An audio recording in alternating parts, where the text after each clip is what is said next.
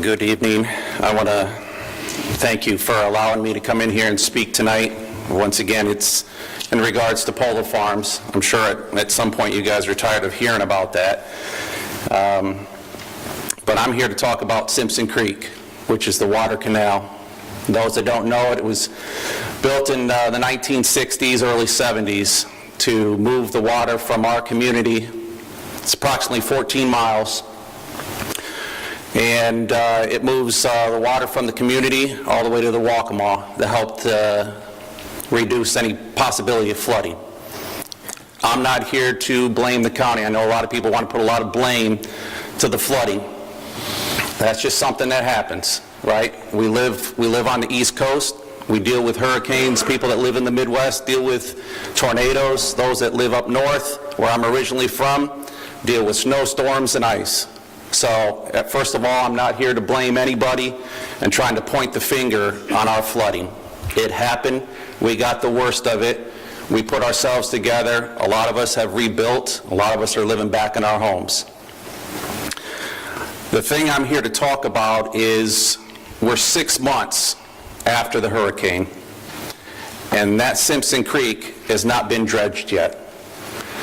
I've got pictures, and I'd be happy to leave them with each and every one of you, and mapping out, showing the sand caved in on that water canal, which then prevents the water to flow to the Waccamaw. I don't like to be up here. I usually like to follow the chain of command, in which I did. I called storm water, and I talked to the guy that deals in that area. I spoke with him, never called me back. Went up to the next guy, spoke to his supervisor. Some of the information I got from him was not correct. So rather than going to the next guy, I figured I'd come all the way up to the top and speak with you. I was told that Waccamaw Timber owns that. And the fact is that they're not able to dredge the other side of the bridge because of an easement problem. That's false.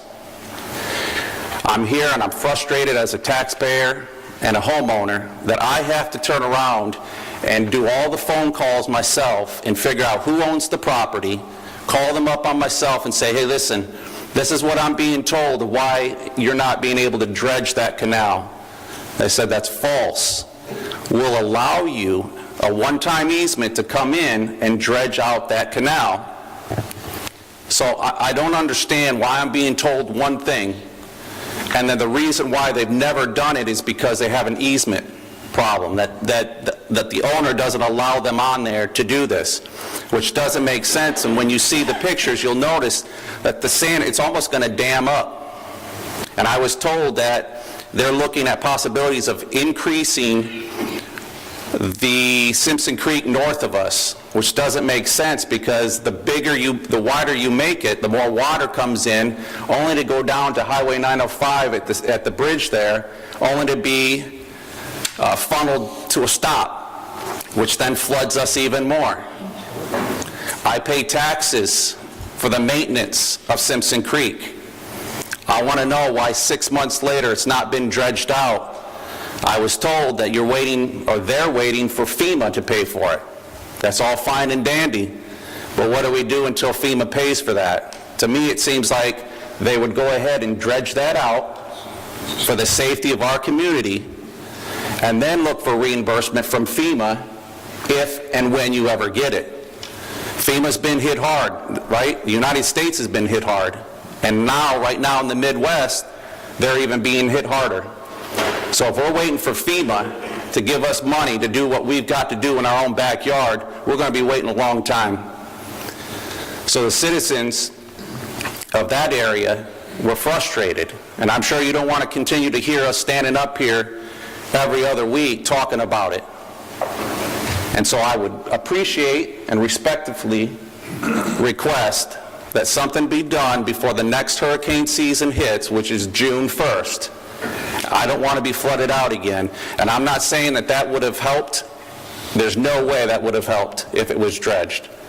But the continuous thing of flooding in that area over the past couple years, I want to try to do whatever I can to reduce that to protect my family.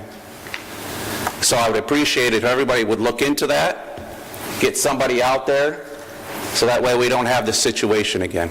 Thank you very much for your time. Thank you, Mr. Asbury, for bringing that. Hold up a second, if you will, for bringing that to our attention. We'll have staff look into that, and I think Mr. DeSabato. Well, yeah, that's what I was going to do. I was going to ask Steve, I know this isn't on the agenda, but is this on your radar? And if so, what is the status? Do we know what's going on with this particular issue? First time hearing about it, I'll find out tomorrow, and if we indeed can get it right eventually to clean that canal, we have the permits to do that, we'll do it. Can we... As soon as we can. Can we expect to hear an update about that at the next meeting? Yes, sir. All right, thank you. I just signed something on the 14th, talking about repairs to Simpson Creek, Bud Creek, Crabtree, and Gapway watersheds, anticipated to be a total of $2.36 million for all 4 projects, the largest being Simpson Creek. Is that budgeted for? Well, why don't we let staff look at that, and we can get back to it. So, yes, we'll get Okay. Right, as long as that's done to the other side, because I've been told that you do correct it, 1,000 feet is all was dredged. That's all that's being done. Okay. All right, Mr. Asbury, thank you very much. Mr. Asbury, if you don't mind, on an unrelated matter, just wait for me after the meeting. All I'll right, talk to you about thanks, something. Thank you. Yeah, Mr. Asbury, hold up one second. Mr. Ashbury, Yes, sir. if I might, and look here, I certainly understand where you are, and I'll turn down a development in a heartbeat over a flooding issue. You probably already know that. But the problem that I see, and it's not just in Simpson Creek, it's up on Highway number 9, any place near the Waccamaw. Let me say that. Water was not running towards the Waccamaw. It was literally running back the other way. Right. And I just don't know how we're going to deal with that, sir. You follow what I'm saying? I got the same problem up in my district, Colonial Charters. The guy called me. He said, "Harold, you need to come out here." So I got in my truck and I went out there. And the water was going back north away from the Waccamaw. It was flooding back the other way. Right. And so what I'm saying to you, we can clean out and ditch and do whatever we can do. But at the end of the day, the waters were running out from the Waccamaw back in. And I just want to make sure that you knew that. Oh, yeah, and that's why I said, I'm not referencing the hurricane. I just want you to give us a fighting chance. And I applaud the stormwater because they did come out and pump out the retention pond. They were trying to give us a fighting chance, and I appreciate that. I'm not pointing, fingers to anybody. But I'm just saying is that we've had a continuous flooding issue, and it's not just been, but it's been the 1,000-year flood, and then after that, then we had another flood, and so everybody keeps saying, don't worry about it, it was just a one-time thing. I've been there almost 13 years, and I've seen so much water flowing through there, and so I just want it to flow the right direction and not get dammed up. Yes, That's my whole point. Yes, sir. Now, after saying that, let me give you some good news. Okay. Have you heard about the diversion channel up in the North Myrtle Beach area? That would shift some of the water from the Waccamaw into the inland waterway at Mullet Creek, the infamous Mullet Creek. Have you heard about that? Yeah, I have. Okay. Believe it or not, our delegation is working on that, and our staff is trying to find a route through to tie the Waccamaw to the inland waterway. Now, that's just something out there. No funding has been put in place for it. But I'm telling you, it seems to me that if we can come up with something that works for North Carolina and South Carolina, we have a good chance of maybe getting the funding, federal funding, to put that diversion here. Thank you very much for having me. And it is hard to speak in front of people, even though I know all of you very well. I'm here on behalf of Polo Farms to give you a 6 months update. Most of the people are back in their houses. The ones that are in their houses, a lot of them are still living in construction zones, and some of them are still trying to get in.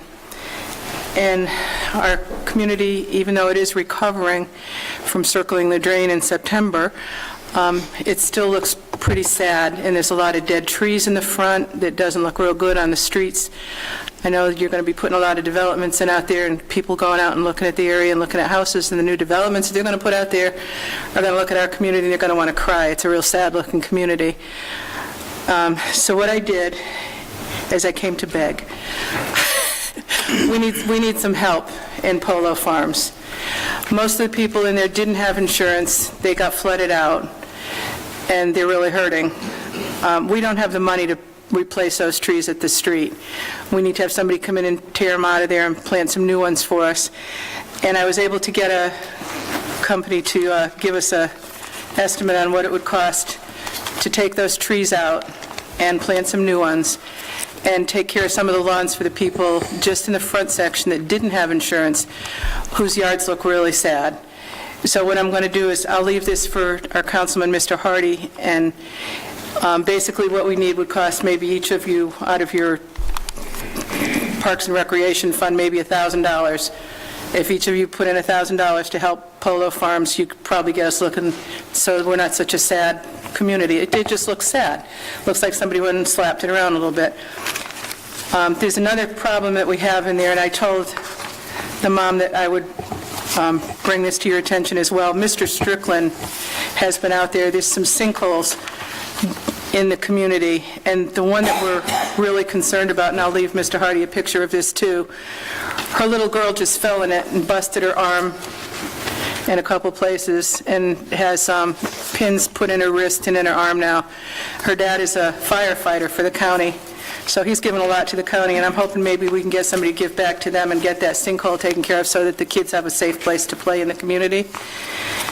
And so I will leave this all for you if you take a look at it and maybe consider helping us out to get our little place looking like people actually live there and are happy, instead of looking like, you know, every time it rains we want to cry. We don't know if we should back up trucks and put stuff in and get out or what. We just want to make it look like we can forget that the flood happened for a while and get back to normal.